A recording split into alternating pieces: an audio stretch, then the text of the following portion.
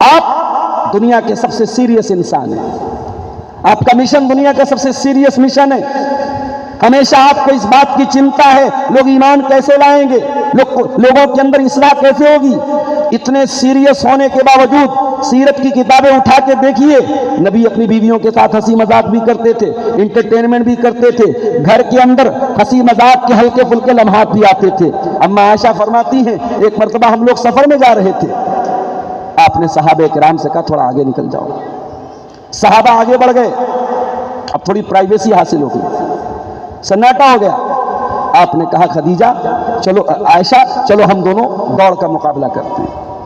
حضرت عائشہ کہتی ہیں میری نئی نئی شادی ہوئی تھی, بدن ہلکا تھا, دبلی پتلی تھی.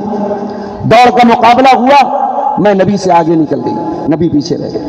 مجھے بہت ہنسی آئی, مجھے مزہ آیا, مجھے ہنسی آئی. پیارے نبی صلی اللہ علیہ وسلم خاموش, میں ہنستی رہی, نبی خاموش رہے.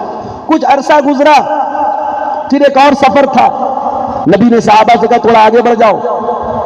پھر آپ نے اتفاق سے سفر میں حضرت عائشہ ساتھ میں تھی, آپ نے کہا عائشہ بہت دن ہو گئے, چلو ہم لوگوں نے ریس نہیں کی, چلو مقابلہ کرتے ہیں.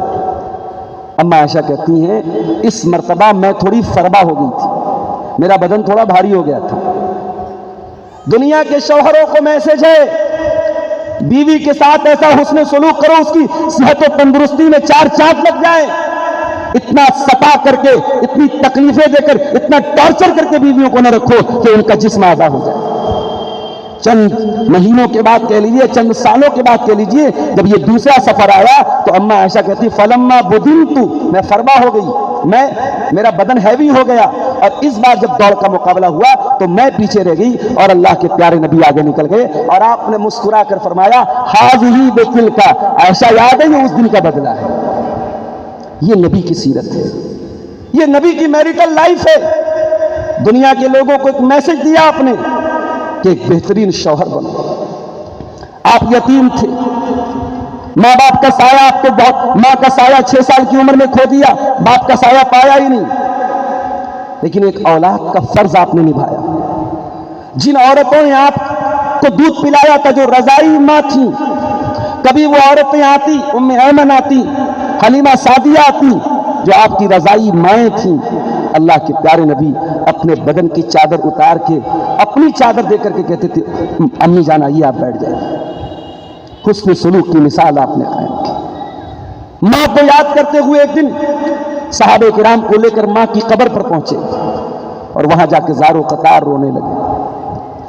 تھے تو آپ بھی انسان نا, کہیں نہ کہیں سینے میں جو ایک بیٹے کا دل ہے وہ ماں کو پانے کے لیے تڑپتا تو تھا نا. ماں کو یاد کی, آنکھوں سے آنسو آ گئے اور ایسا روئے کہ صحابہ کرام رونے لگے. آپ نے فرمایا میں نے اپنے رب سے اجازت طلب کی تھی کہ اے اللہ میں اپنی ماں کی مغفرت کی دعا کر سکتا ہوں, اللہ نے اجازت نہیں دی. پھر میں نے اجازت مانگی کہ اپنی ماں کی قبر پہ جا سکتا ہوں, اللہ نے اجازت دے دی, اس لیے میں ماں کی قبر پہ آیا ہوں. تم بھی اپنے قبرستان جایا کرو, قبروں پر جایا کرو, وہاں جانے سے آخرت کی یاد آتی ہے.